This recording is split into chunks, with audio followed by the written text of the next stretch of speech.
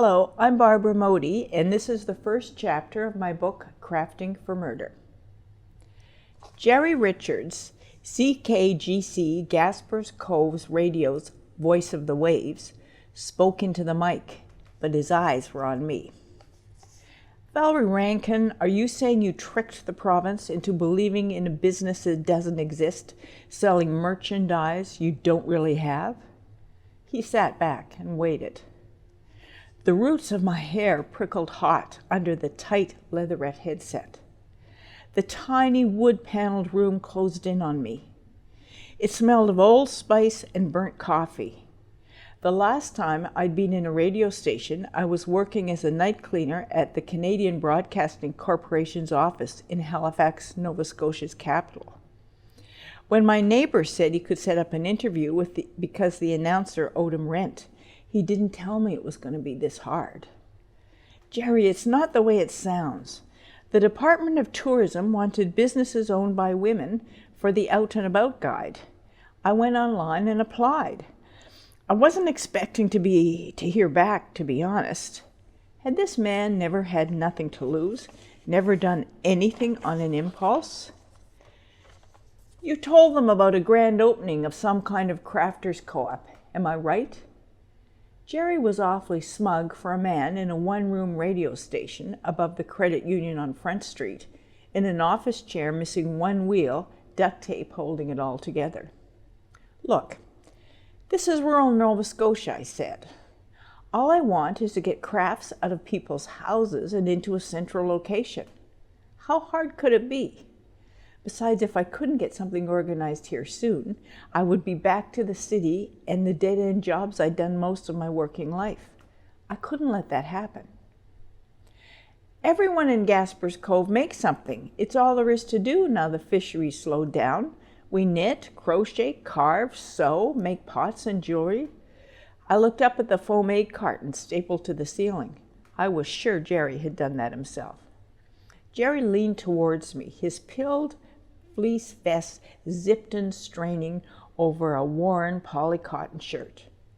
As a garment sewer, I knew this was a tough body to dress well. Jerry wasn't even trying.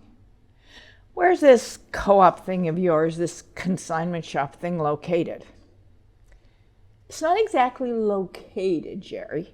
We're in the process of setting it up on the second floor of our store. You know, Rankin's General down the street. Not ready? Jerry let his rich baritone linger, letting the folks at home appreciate the gravity of my situation.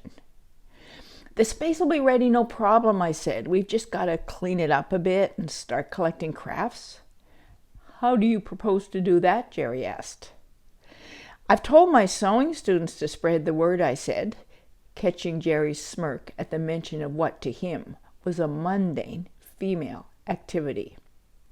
We've put up notices around town, and I thought anyone listening could contact me. The next part I'd rehearsed. Speaking slowly and carefully, I recited my cell phone number and email address and asked anyone interested to drop off samples at the store.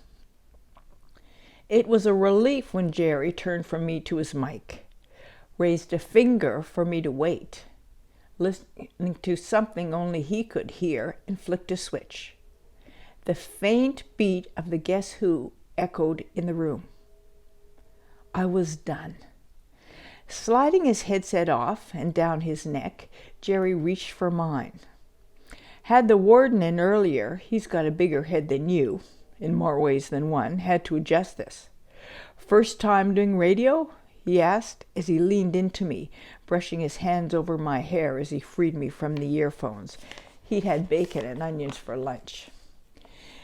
Maybe we should go out for a beer sometime, make up for last time, he said, talk business. I'd rather replace a zipper and a pair of jeans, I thought. Sure, maybe when I'm not busy, I said, extracting my arm from Jerry's grip, my watch catching on the heavy links of the gold-plated bracelet on his wrist.